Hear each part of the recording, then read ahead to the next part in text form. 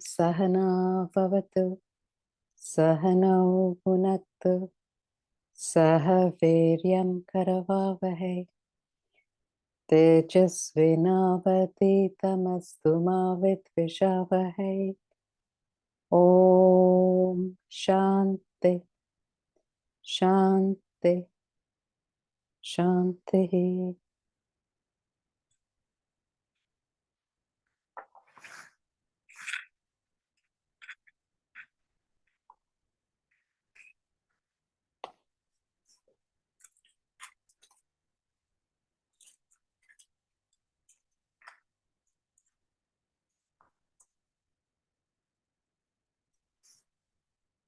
So we'd left off at the beginning of the topic, the causes and the incentives, the constituents of action.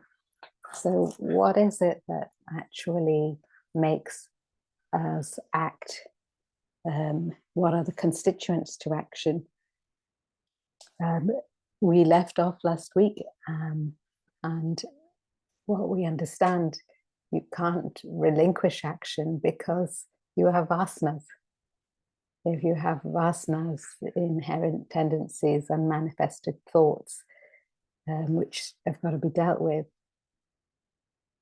you can't relinquish the action per se. But what you can do, so the embodied, you can drop the fruit of action. So mentally, you don't have that expectation of the result, though the result will come from your efforts incidentally, but there's not that thought.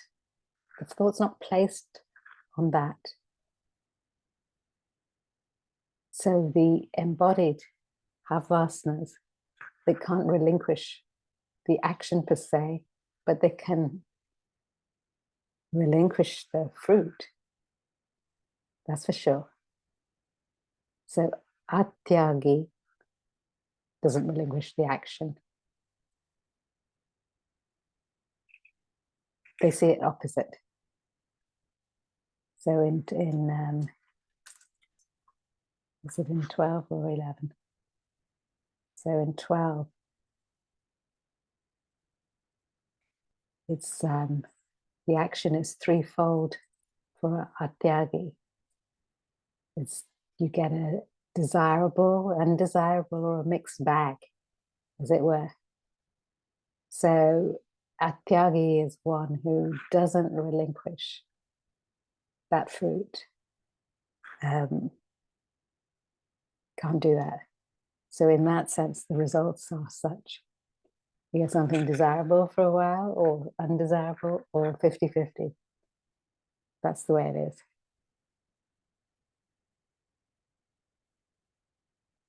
So it might be a very complacent way to behave in that sense. Master Society is doing that. But when you're not bothered about the result, you don't get affected by the ups and downs, the profits, the loss, the honor, dishonor, your position, your name, your fame, etc. But when you're constantly bothered about the result, you get agitated. That causes the stress, the worry, the anxiety.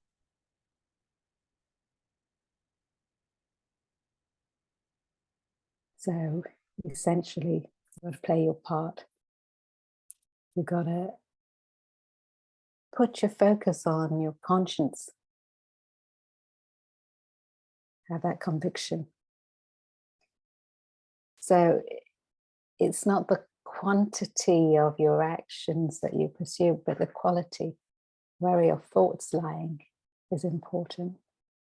So at each stage, you bid your own conscience. And just look within yourself. You think, what have I got to do? You can't be bothered about the results, whether they're positive or negative. Just do karyam karma.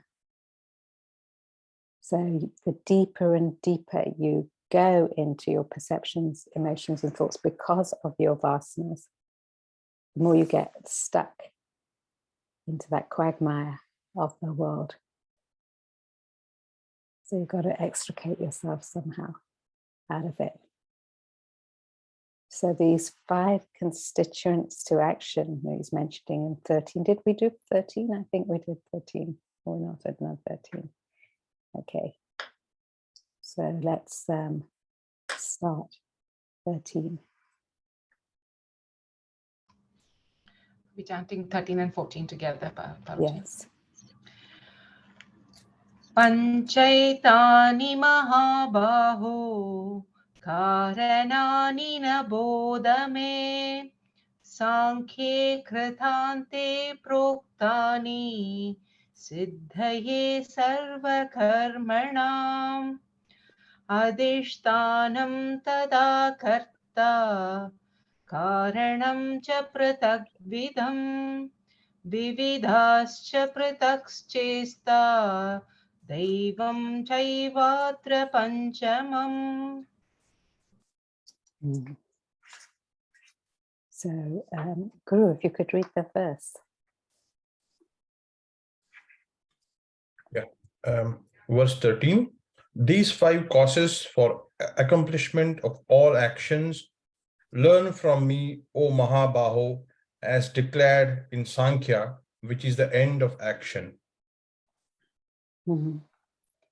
So there are 5 causes for the accomplishment of any action.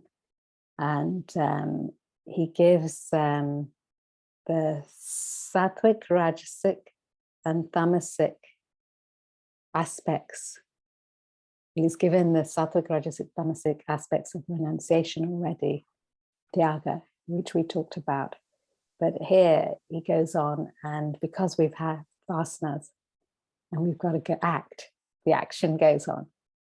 So what is it in the action, the constituents to that sattvic, rajasic, tamasic aspect? The constituents, what are they? So they're knowledge, action, vritti, steadfastness, consistency, happiness, sukha.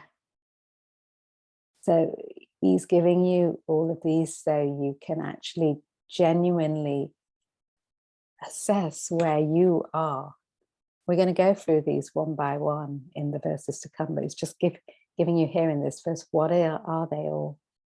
And it gives you a capacity to grade your own spiritual development, where you're at, just as you would calculate perhaps where you're at in your material wealth or your health. You might have some aches and pains, so you calculate, oh gosh, what do I need to do to resolve that? Or you might have an imbalance in wealth or whatever you might be investing in. God knows what you be doing with your wealth, but you've calculated how much you need, what you need to do in order to move forward in that way of life, your material side. Spiritually speaking, it's the same here. He's giving you a set of references to see where you're at. You may appear to be a particular type of person from the outside, so you can bluff it to anybody you want. But the reality of who you really are inside, where you're going, what you've got to clean up of yourself to evolve. What are those vasanas, stubborn vasanas? What is that sattvic status that you have evolved in? Or what is that tamas that you're slouched in? Where you frenzied in your activities? So it gives you the possibility to clean them up. Gives you a value where you can gradate it. So the cause and the quality of action, O Mahabaho, learn from me, is the mighty arm, because Mahabaho, mighty armed. So he's giving you the cause, the constituents. So in actual fact, you can read 14 too, because they're together. Verse 14, the seat, body, doer, distinct types of instruments, distinct and various functions, and also Lord, the fifth here. Mhm. So the seat, the body, adhishtanam, the seat of action. So you've got to have a body to act, essentially, act out your actions. That's your vehicle, your vessel.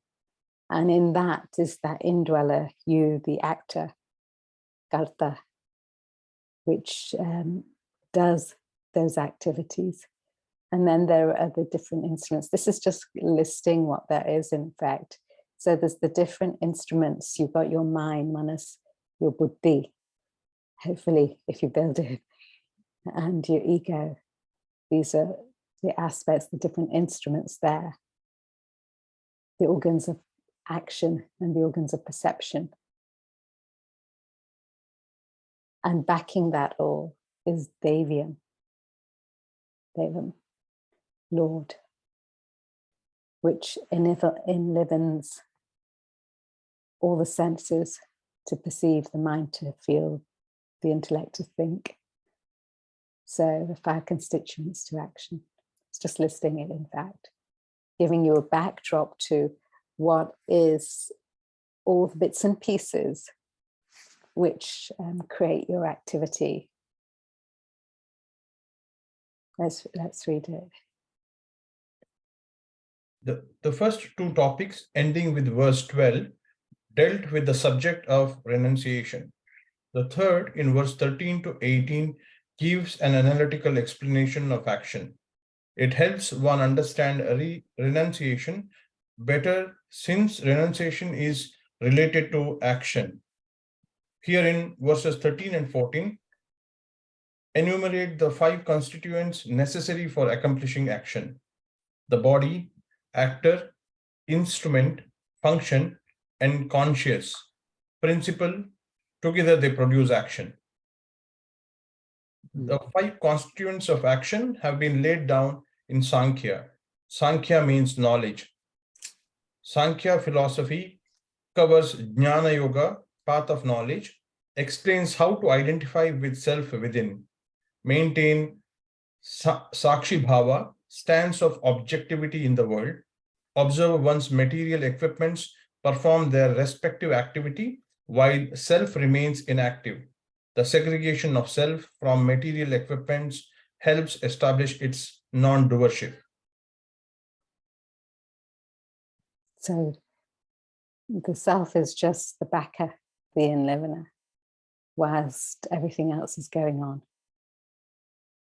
So essentially, we have this word sakshi, witness.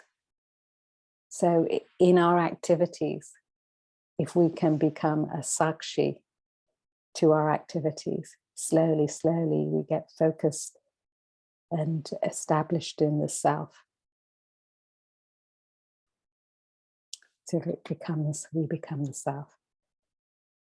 So it keeps our focus off the doership, focusing it on the self. Let's continue. The 5 constituents that cause action. Adhishtanam, seat. The body is seat of action. It comprises causal, subtle, and gross bodies. Causal body consists of vasanas, inherent nature of a being. Vasana produces thought, desire, action. Thought and desire manifest in the subtle body, action in the gross body. Hence, body is said to be the base, seat of activity. Karta, doer. Indweller, actor, individual performing action. Conditioned consciousness, created by consciousness functioning in the body.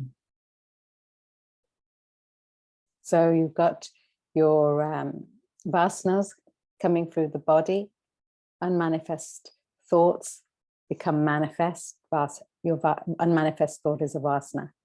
Manifest into the body. The body, you have the thought in the chronology of action, it's thought, desire, action.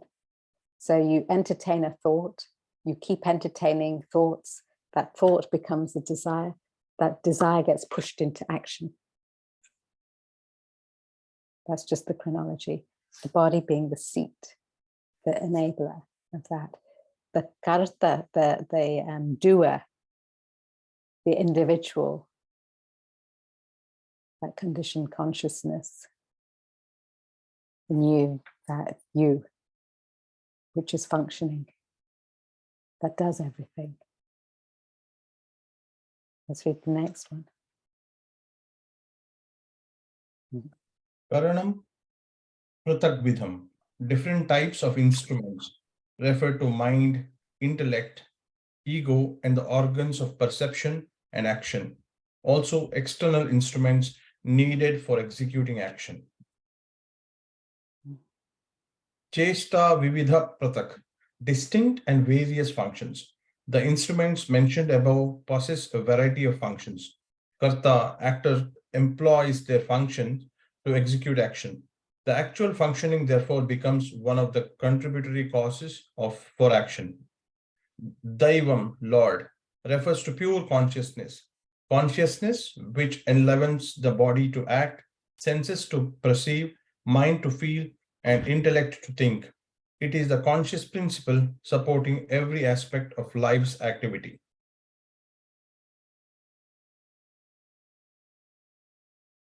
So it's just listing the various functions, essentially. And just when you're acting, you get an idea, a reminder of what's going on. So the helpfulness of it is that you can lead yourself back through your action to your desire, to your thought, to understanding how you can actually pitch up something bigger to drop your desire. So then the thought gets dissolved, as it were. So with the understanding of the pure consciousness backing everything, your thoughts are to be placed on something bigger whilst acting. So just giving the constituents here, quite straightforward. Then again in 15.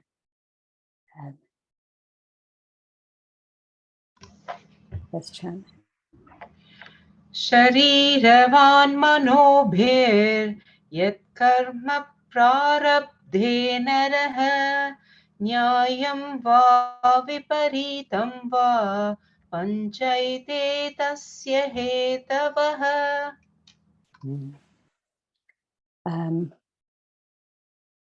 Sam, if you'd like to read the verse.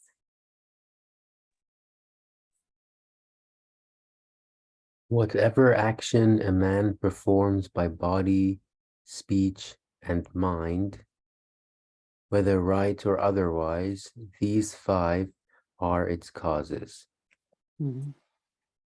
So it's almost like a repeat. It's just saying whatever action person performs, these 5 are putting it forward, causing. So he's just listing in a sense. So body, speech, and mind, your thought, word, and deed. All actions of speech, the mind, the body, the 5 constituencies or causes. So he's going to take each one of these through the terms of sattva, rajas, through tamas, rajas, sattva, we put it that way. So that we understand the same activity with a different mental thought pattern has a different cause and effect. And our job is to evolve ourselves through tamas, rajas to sattva, trans-sattva. That's the purpose. So he's going to be listing each one of these constituents, which were we previously mentioned just now, in all 3 of these. So we're very clear on what it is. So the idea is all the time, if you make yourself a sakshi in your thought, word, and deed, you're focused on something higher, bigger than those activities. Eventually you merge with that self.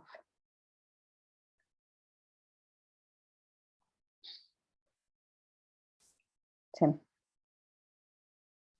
I'm not quite grasping this analysis into 5 parts. If we just take an example, just bear with me. Okay, so I'm making a cup of coffee. Yeah? So as a sakshi, I'm witnessing what I'm doing from a distance. I'm using a spoon to make a cup of coffee, so that's an external instrument.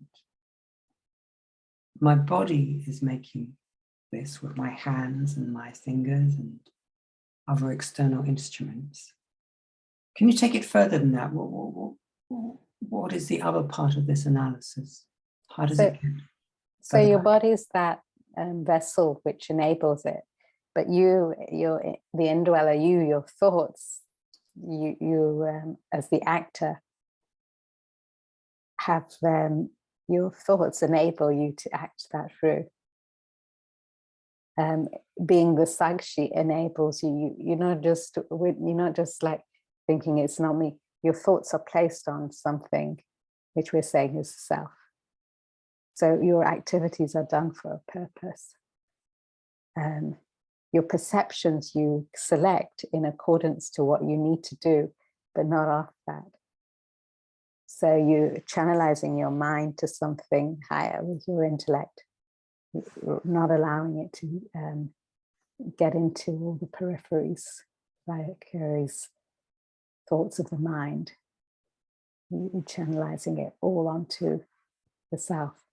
So there's an awareness of your purpose, of where you're heading, a direction. And all these play a part in cultivating that action or that direction or that thinking to get back to that self. So you need all of these things to do it. So at any given point, any of these things, any of these constituents can be of a sattvic, rajasic, tamasic nature. If that makes sense. It's a little abstract.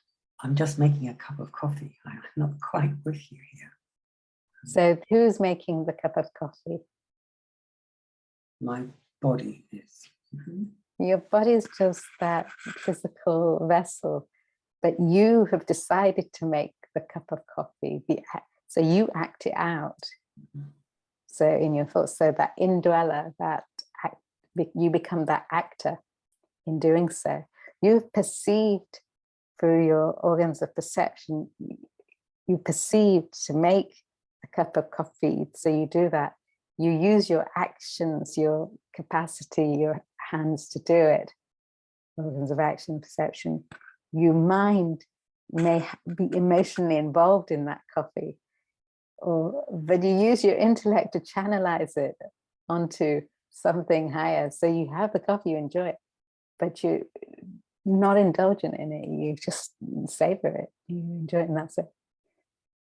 So the constituents of action, all those aspects of you are functioning when you do anything. So having the awareness of what's happening, you're able to raise yourself out of your activity from being mundane to making it spiritual. That's all. It's not necessary to know all of this in that sense, but it gives you an awareness. It's just a helpful tip. Or if not helpful, leave it. It's okay. The idea is to get your awareness on something higher. Does that make sense?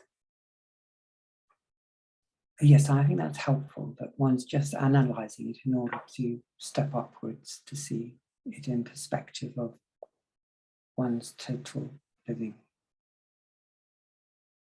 So you might just habitually make a cup of coffee, not thinking, should I, but you may consciously make that cup of coffee because you need it, if that's the case. Or you may decide coffee's not for me anymore. You know, you make a conscious decision, but you're doing that with the intellect, or your emotion is pushing you with your mind, or your ego pushes you in a different way. You know, so it's like assessing what's going on, and then you can up it for yourself. Dhamma, you had something. Paruji, if I could just add to what Tim was discussing. So in my PhD proposal, I included Grayling's interpretation of Sankhya tradition, just to give it more of a Western approach to how everything fits. If you don't mind, can I just read out a small paragraph? It's about. I'm not familiar with it. Go ahead. Okay, so how is it? So I'm not sure how it's relevant because I don't know. So it's Sankhya. We're discussing Sankhya. Sankhya means knowledge, the 5 constituents of action. So this is an analysis that Grayling, so Grayling is one of the academics who's based in the UK. So when he wrote about the Sankhya tradition, which is the knowledge dimension that we are discussing in the Indian context through Father Saratiji, but Grayling has analyzed in a different manner. So if I could just read out something that I included in my PhD proposal. So perception, inference, and expert testimony form the degree of importance with respect to the workings of perception. The tripartite mind consists of the mind, manas, and the ego, ahankara, which play a decisive role in perceiving situations, coupled with intelligence, buddhi, acting as the conduit for performance. The purusha acts as an objective witness and/or an impartial spectator, whereas prakriti generates actions and activities that result from this dynamism. The mind, using the English jargon, is composed of the inert activity, purusha, and dynamic results arising out of awareness and consciousness thereof, prakriti. So Grayling uses the simile of the lord of the house, purusha, the tripartite mind, serving as the doorkeeper, and the sense organs as the doors. Yeah. Okay, thank you. I wonder where he got it from. Also, it's a book written by Grayling. No, I wonder where he got it from. Oh, that I suppose that would have been years of study, I guess. Okay. Vidya, yes, go ahead. I suppose here Krishna is teaching Arjuna how to do the manana part of it. So we're all, there are various steps to how we go about doing it. Shravana is the listening, the taking in the knowledge, and the manana is the reflection and how we are processing. So I think Krishna here is trying to help break what are all the aspects that go into even a simple decision such as making coffee. There are so many constituents that contribute. On a higher level, when one were to think, how on earth did I end up where I am? And when you actually unpack the whole thing, you start realizing what was the cause and therefore the effect. And I think that's what this paragraph was trying to explain to us.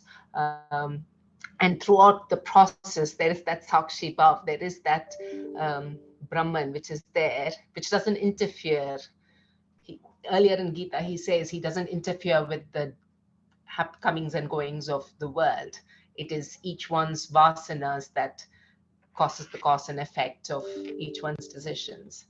I think as a student, it helps one to pause and reflect, even in a simple task as making coffee, but equally even in bigger tasks, you know, everything that we decide and we do is a conscious choice that we make.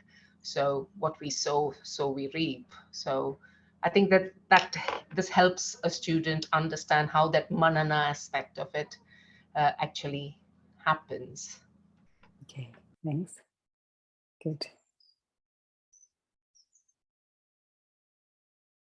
So just breaking it down into aspects that we can be aware. Thanks.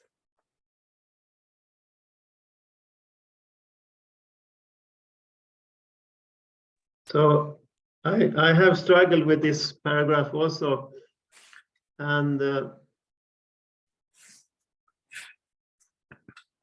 what I've listened to today also, putting this inside. So I would like to challenge all of us to be honest.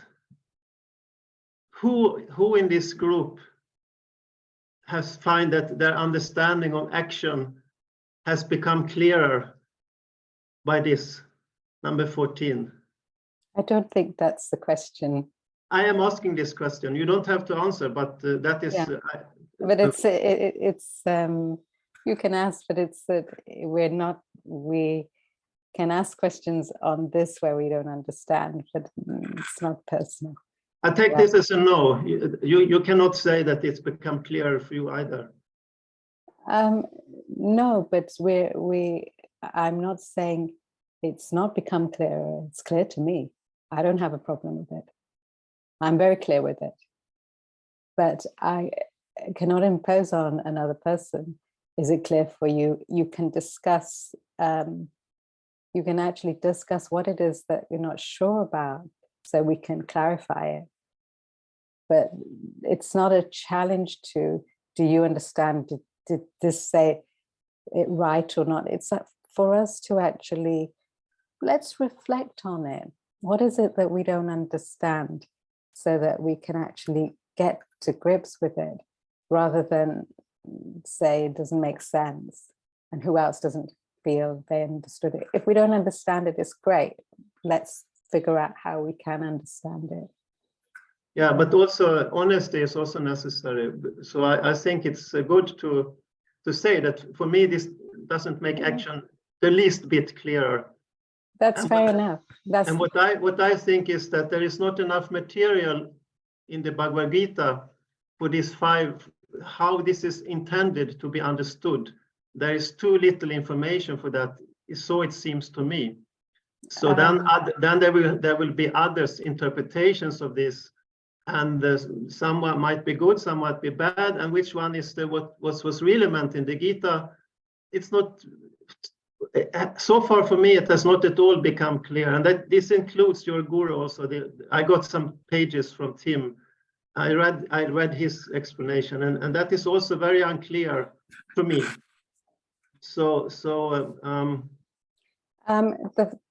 think there is a value. Sorry, I think there is the value to be able to say, even in this text, you're supposed to have so much respect for this text, but for me, it does not at all make the thinking about action clearer. And I'm suspecting that that is true for other people here also, but maybe they cannot say it because they're supposed to show respect at all times. That is what I was thinking. So we're on the 18th chapter. Have you looked at chapter 3 of the Bhagavad Gita, first of all? I have looked a lot at all of the chapters, mostly the first. Well, never mind. So my point is, have you looked at the previous chapters to come to this conclusion in the last chapter? It's only fair if you have then to make comment, but if you haven't, then it's an unfair comment to make, because it's very thorough and I have a very clear understanding on it. And you can ask me questions on it to clarify that if you're not clear on it. But this is a text where you're not to respect it if you don't want to, but you are to question it. And it's a 2,000-year-old text, which has some substance over somebody like Grayling's, which points out quite articulately what it's about. but not half as articulate. That's an interpretation of something like this, if you understand it. Now, if you've not understood it, we can discuss it and what's not been understood. But to condemn something without facts and saying it doesn't have enough material to explain presumes that you have covered the whole of the Bhagavad Gita and understood it and can pick out where it's lacking. If you've done that, I'm ready to discuss. If you've not done that, I'm still ready to discuss, because I know what it is in here and I don't have any doubt. Okay, so we can try this then. Let's come with a question clearly. Okay. Don't come with condemnation. I didn't make a condemnation. I said that it was anyway. As a question then, let's take Tim's example. Someone is making a cup of coffee. So there's supposed to be five parts that makes this more clear why this is happening or how this is happening. So can you use your fingers? You have 5 fingers, and this is 1, 2, 3, and how these 5 things, and don't mention a lot of other things. Just these 5 things. If you can make that, then I will see. Oh, okay, this seems clear. So when you say, I'm not sure what you mean, can I use my fingers? There are 5 things. Yes. Supposedly 5 things, and you have 5 fingers. So if you say this is the, so there should be 5 factors for action, and by explaining that, it should become more clear how this making the coffee happened. Okay. And if you can do that, then I will take that as a brilliant. That would be nice. So what I've mentioned previously, the 5 constituents to action are the instruments are the mind. No. I don't want the catalog. I want you to explain how this works, making the coffee. Patience. First, number 1. Patience, and then you will get it. If you're ready to hear, then you may get it. If not, it's impossible. So if you're ready to hear, I can explain. And then you can question on my explanation. That's fair deal. I don't mind at all. It'd be a pleasure. So first of all, there are 5 aspects, constituents to the action, which take place within that. So there's your mind, intellect, ego, your organs of action, and your organs of perception. How do they help you make the cup of coffee or not help you? That's the question I believe you're asking.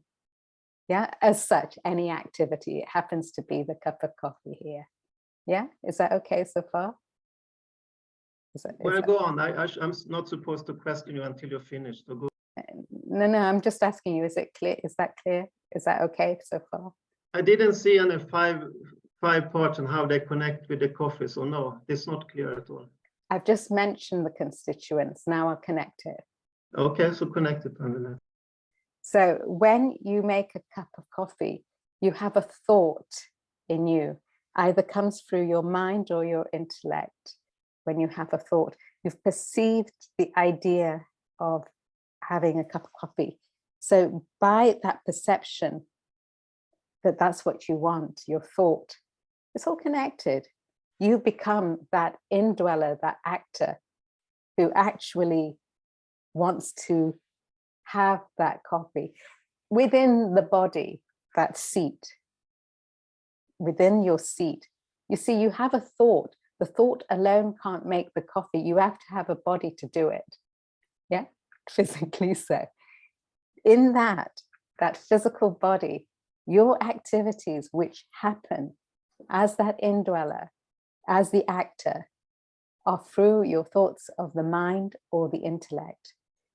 Now, when you do that, say a cup of coffee is a little simplistic, but we keep the example.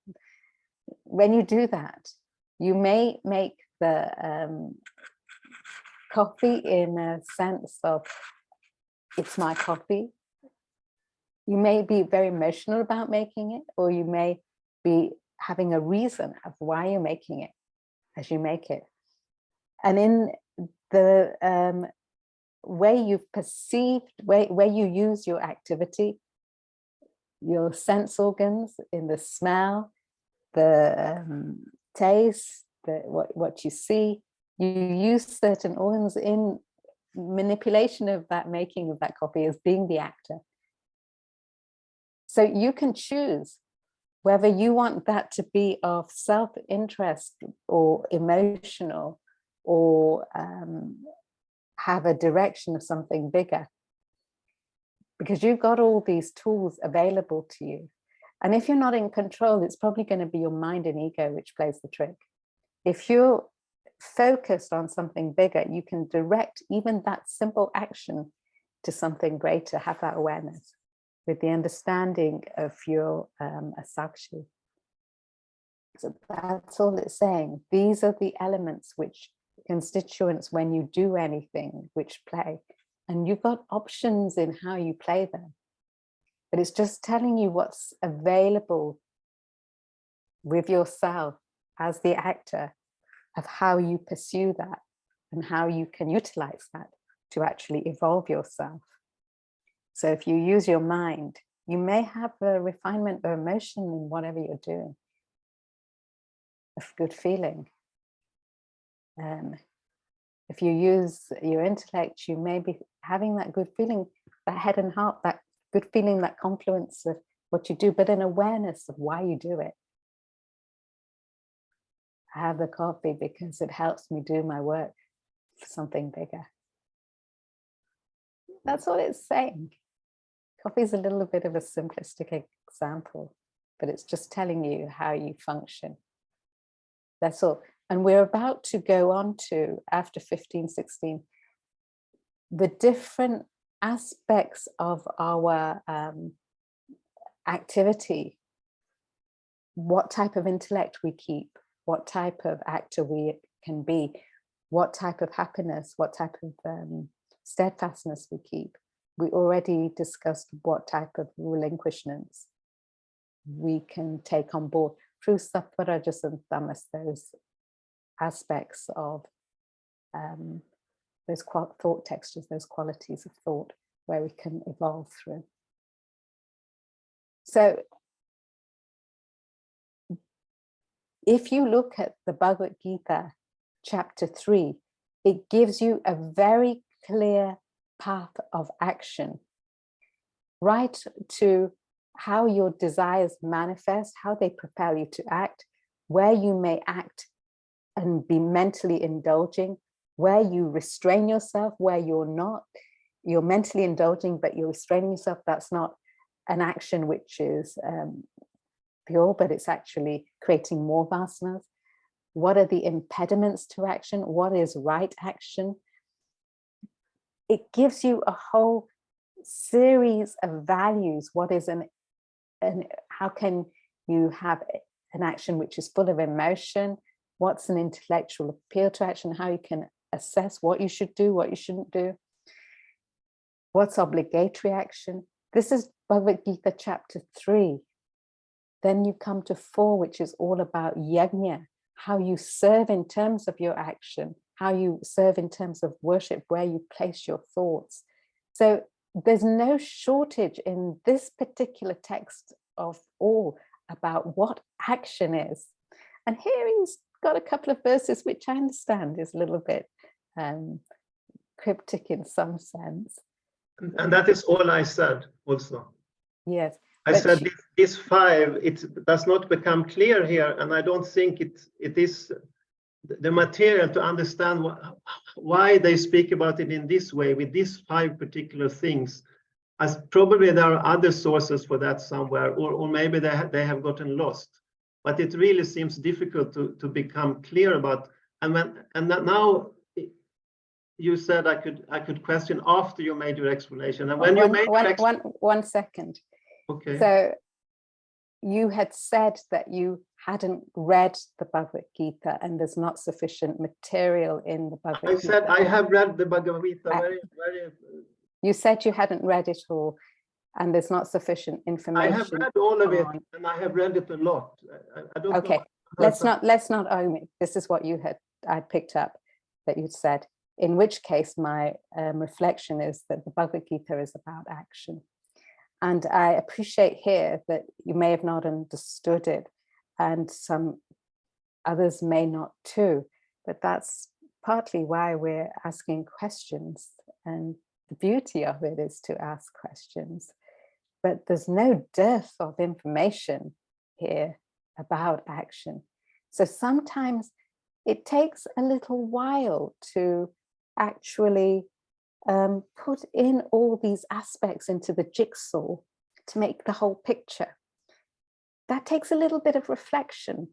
So what I suggest, you can question me right now, but I also suggest next week, after reflecting on this, come back with what's not clear on this lot so that it solidifies properly. Otherwise, you get stuck here. And in actual fact, this is the beginning part of all the constituents of the action which we have got to use to up ourselves. So these are just giving you what we've got as our tools within us of how we can utilize them in our performance of action. That's what it's giving us right now. Please, question. Well, I just noticed that you didn't answer my question. I wanted to hear how these 5 factors interact with the making of coffee, and you didn't. You talked quite a lot, but not about that. And that was my question. And that is my only question. I'm only speaking about this paragraph, about the 5 factors in this chapter, not how it is presented in other chapters. That is what I said. And to me, it is not at all clear. And I prefer to be honest about a thing like that, rather than pretend that, oh, this explains how action is. This makes it clear when analytically what action is. No, not for me, it does not. And I have not heard anyone else made it clear either, including this this guru. I had this page on about this. So that is my question. And now you said I cannot say what I wanted you to, how you wanted me to answer until afterwards. And now you have made your answer. And I noticed that you did not make it clear with these 5, and that's okay. We don't have to get stuck here. However, I just wanted to be honest about it, and I would like others to be honest about it also. That this isn't really clear. These five things, and you used a lot of other words. You speak about mind and intellect and whatever, which is not those 5 factors that are mentioned there. There are other words used there, and that is my point. How are these 5 categories? Does it really make action clearer? And I think that's definitely not for me. And I read a lot, and I'm not stupid, so it's not definitely not making it for me. So I suppose for some other people also, it does not make action clearer. Matt, thank you very much. And thanks to Dharma and Vidya and yourself for answering my question about how these 5 analytic points clarify how you make a cup of coffee. I think for myself, I'm going to go away in the week and come back next week with how these 5 actions apply to making a cup of coffee. But what I'm left with is this image that Dharma raised of the philosopher A.C. Grayling talking to Arjuna. So you have a philosopher talking to a man of action about how you make a cup of coffee with 5 analytic points. And I think it is cryptic, and we've got to go away and think about it. So thank you everyone for your contribution. So let's go away and come back next week to see if we can apply these 5 points to something. Guru, you have something. Yeah, thank you. I think that was probably a useful discussion. The takeaway for me, basically from this particular verse, the way I've understood it, is that this is more of a dissection of an action. While I think the whole focus really has been about the action and the fruit of action, I think somewhere there was supposed to be an insight of what exactly does it mean by relinquishing the fruit of an action. So I think it was imperative that somebody has to understand what it is about action. You need to probably have that introspection about the action itself and the aspects of action before you can understand about the fruits of action. So I think from my understanding of what I have heard so far, and I think all the sessions that I've been a part of, I guess I'm kind of clear about what it is indicative of. Maybe we may have to go back and reflect exactly on, the constituents, and probably for every action that we do, not just coffee. I think everything that we probably do on our daily life, it applies. I think just have to really figure out how do we really see all the actors probably kind of mapped to the various actions that we do. So Isha, go ahead. Sorry, I'll be really quick. It's just to, is it Matt? Yeah, I just want to say that, so I've been studying the Gita for probably about 16 years, on and off. And I always have different questions with different verses that maybe one year I think I understood, and then maybe because of where I'm at in my life, I've got more questions. So I just want to say, it's really, in my view, a good thing to not understand a chapter, because it gets you, it's doing something to you, you're questioning, and that's okay. I mean, and I would just say you keep questioning until you get the answer that satisfies you, because that's the whole point. I mean, that's why we're all here, isn't it? To actually get something from this text, which it gives so much. So yeah, I just wanted to say that it's okay that it's not satisfied you today, but I'm actually really certain that it will at some point. So yeah. So it just requires a little bit of, for everyone, reflection to put the pieces together. So that's important, that reflection. And appreciated that it may not make sense initially. Come back next week with the same question and we go further. Everybody's entitled to put forward what they would like to put forward, but nobody's in position to say what they don't want to say, or what, there's no imposition, but you're all welcome to ask questions, and one ought not to take anything for granted. So it's good that the questions are asked. And it's appreciated that this portion may not seem clear. To me, it's crystal clear. So I'm coming from that perspective. But to another person, obviously to me, if it's crystal clear, then I'll explain it the best I can. And then you've got to reflect on it and ask questions and give a better delivery than I am. That's what I can say. I'm open to that. So I have a much simpler question. So Dharma, could you please give some kind of reference so one can look at what you were saying? I didn't even catch the name of this.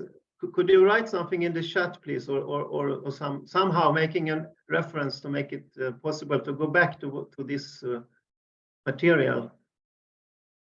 Thank Yes, you. Matt, I will do that. I will do that. It took me close to a year to figure it out and then try to write something down for the Global North to understand. But it worked out eventually. So I'll send something so that the picture becomes slightly clearer, I hope. Mm. And I'm a little reluctant to go through it step by step again now. But what we'll do at the beginning of next class, when we've got something more to add on to it in terms of the verses to come, make a picture where it's easier to just link from your perception to your action. Essentially that's what's going on. It's your thought, your desire to your action. And how do you utilize those aspects, be it from what you do in terms of your organs of action, what you do in terms of how you perceive something, what you think, what you feel, where your thoughts are placed, how you resolve those vasanas, where your focus is. So there's a whole lot of bits and pieces there to deal with. So perhaps we deal with them next week. Esha, go ahead. Can I just ask a question before we finish? Just Sure. about the personality chart. Yeah. I was trying to do this and I just need a bit of help with how to approach it. Okay, so we do actually have a layout of how you could do a personality chart, because from here onwards we're going to be a couple of verses onwards, we're going to be looking at the different aspects of the personality and the gradation of sattva, rajas and tamas, of each one of the distinct qualities of happiness, intellect, steadfastness, etc. So we have a chart which we will put up on the WhatsApp. I will also put it up next week on the screen of how you could actually do that. And so every morning you can fill it in and you don't have to tell anybody what you've been up to, whether it's been tamasic or sattvic, but you overall, after a period of time, you get a idea of where you're at. So it's just like a grid system. We'll show you what we've done in the past. So that's good for that reminder. Yeah. Matt, we will come back to your question next week. Don't worry. I do worry, but we'll see. That's okay. Okay, have we completed on the, we have one paragraph left, sorry. We have the commentary to read, but do you want to read the commentary now of 15? We can leave it till next week, so that we, let's see. Actually, let's read it. Let's read it so we complete in our minds, so we've got something to chew on. Preceding two verses gave the 5 contributory causes for accomplishing all action. The body, indweller, instrument, function, and consciousness. This verse specifies action as emanating from mind, speech, and body, as thought, word, and deed, and that the nature of action could be good or bad. Regardless of its source or nature, the above contributory causes play their part in action. From a philosophical angle, a word spoken, nay, even a thought entrained is deemed an action, even as the self remains actionless. Let me just read that again. From a philosophical angle, a word spoken, nay, even a thought entertained is deemed an action, even as the self remains actionless. The self, Atman, is Sakshi, a dispassionate witness, the primeval cause of activity. The self serves as the catalyst for activity. Human beings identify with the body, mind, intellect, and lose themselves in the labyrinth of thought, word, deed. Here is a subtle suggestion to shift one's identification from the material equipment to self within. Become a detached witness, Sakshi, of one's thought, word, and deed. Practicing thus, a seeker would merge with the Supreme Self. Mm-hmm. So we can just reflect on these two verses, and we'll begin a recap next week with the ideas which a little bit of where it's perhaps not been or it doesn't seem logical, how we can look at it that way so we can use it, in fact. Okay, come with your questions next week. Thank you, Matt. Thank you. Yeah.